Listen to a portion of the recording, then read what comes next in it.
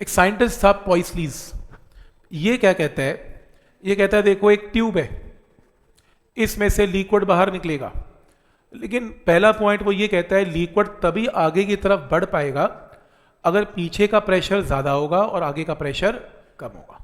तुम नलके में प्रेशर ना डेवलप करो और फिर तुमको पानी भी भागे, कैसे भागेगा, पीछे से प्रेशर ही, पानी आगे ट्यूब में जाएगा ही नहीं। तो ये ओपनिंग है ट्यूब की और यहाँ नलका चलाओगे तो यहाँ प्रेशर ज्यादा करना, क्या नलका घुमाते हो, प्रेशर लीज करते हो, प्रेशर बनाते हो, तो यहाँ का प्रेशर ज्यादा, यहाँ का प्रेशर कम, तो लिक्विड मूव करेगा फ्रॉम लेफ्ट टू राइट। तो इसलिए यहाँ का प्रेशर ज्यादा है, यहाँ का प्रेशर कम है, तो there is a pressure difference. Pressure difference कितना है, P1 माइनस P2, बड़े में से छोटा प्रेशर माइनस करके P का मतलब यहां पर क्या है, प्रेशर का difference. Length of the tube L है और जो लिक्विड बहेगा उसका कोफिशिएंट ऑफ विस्कोसिटी ईट है, ईटा कम है तो पतला लिक्विड है, ईटा ज्यादा है तो थिक लिक्विड है, विस्कस लिक्विड है। पॉइसली सिर्फ आपको एक चीज बताता है कि इस ट्यूब में से कितना वॉल्यूम बाहर निकलेगा पर सेकेंड, उसका फॉर्मूला वो आपको बताता है बस। लेकिन ये चीज हमने ऑलरेडी एक बार लॉज ऑफ मोशन में की हुई है। किसी को याद हो कि अगर मैं ये पूछूं what is formula for volume flowing per second, तो कोई बता सकता है? इसका एरिया A है और वेलोसिटी लिक्विड की V है। क्या फॉर्मूला था?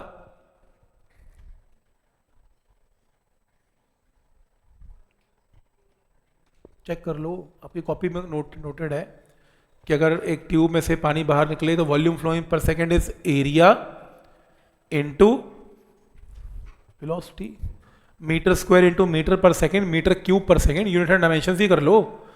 तो एरिया इनटू वेलोसिटी याद आ रहा है? नहीं आ रहा? अच्छी बात है।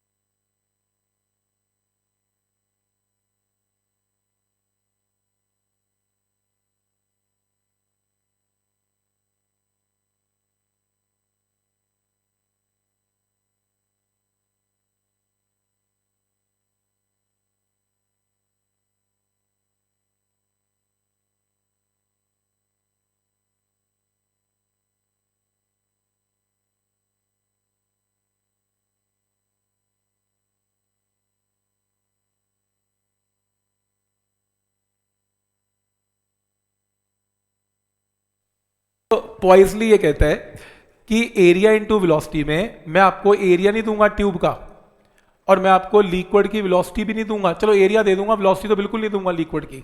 फिर कैसे निकाल लोगे वॉल्यूम फ्लोइंग पर सेकेंड? तो एक और फॉर्मूला बताया, फॉर्मूला है π/8, P for pressure difference, tube के अक्रॉस P प्रेशर नहीं है, प्रेशर का difference into radius of a tube raise to power 4 divided by eta into L।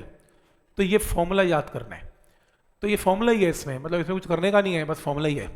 तो इसके अंदर ये वॉल्यूम फ्लोइंग पर सेकेंड का ये फॉर्मूला हम यूज करेंगे। कई बुक्स इसका सिंबल V लिखती हैं। अब V लिखने में एक प्रॉब्लम है, वेलोसिटी भी V है, वॉल्यूम भी V है और ये तो वॉल्यूम फ्लोइंग पर सेकेंड है, ये भी V है, तो बच्चे तो कंफ्यूज हो जाएंगे। तो इसलिए सिंबल आपकी बुक्स चेंज करती हैं, वॉल्यूम फ्लोइंग पर सेकेंड को V की जगह Q लिखती हैं। तो अगर मैं Q भी लिख दूं तो समझ लेना वॉल्यूम फ्लोइंग पर सेकेंड है। स्कूल में इसका प्रूफ आ सकता है, डेरिवेशन ऑफ पॉइसलीज फॉर्मूला। डेरिवेशन में कुछ नहीं करना, ये ऑलरेडी आपने किया हुआ यूनिट्स एंड डायमेंशन में। आपने लिखना है कि Q का मतलब वॉल्यूम फ्लोइंग पर सेकेंड है, आपने लिखना है, और ये Q किस पे डिपेंडेंट है? ईटा पे, ये डिपेंडेंट है रेडियस पे, और ये डिपेंडेंट है प्रेशर ग्रेडियंट पे। प्रेशर ग्रेडियंट क्या होता है? Pressure by length. अब यूनिट्स एंड डायमेंशन का याद करो, पहले लेक्चर का सब्जेक्टिव असाइनमेंट का क्वेश्चन था क्या कि volume flowing per second depends upon coefficient of viscosity raise to power A, radius raise to power B, P/L raise to power C। Constant आएगा। वॉल्यूम फ्लोइंग पर सेकेंड का formula L3T-1, coefficient of viscosity ml-1 T-1, radius L और pressure by length को solve करके put कर लेंगे, ABC solve करेंगे, ABC की value निकाल लेंगे, वैल्यू पुट करके आपके पास ये आंसर आएगा और कांस्टेंट को π/8 पुट करेंगे। और प्लीज एक्टिंग करनी है कि हमने ABC सॉल्व किया, सच में नहीं करना, यहाँ तक दिखाना है कि हाँ मैंने खुद सॉल्व किया, क्योंकि तुम्हें तो घर से फॉर्मूला ही याद है, तुम्हें तो पता ही है कि आंसर ये आना है, तो जो भी तुम प्रेशर की पावर लोगे उसकी पावर क्या लिखनी है 1, जो तुम रेडियस लोगे उसकी पावर 4, और ऐसी प्रेशर बाय जो भी प्रेशर बाय लेंथ की जो भी रेशियो है A इसकी 4 और ईटा इज टू पावर -1।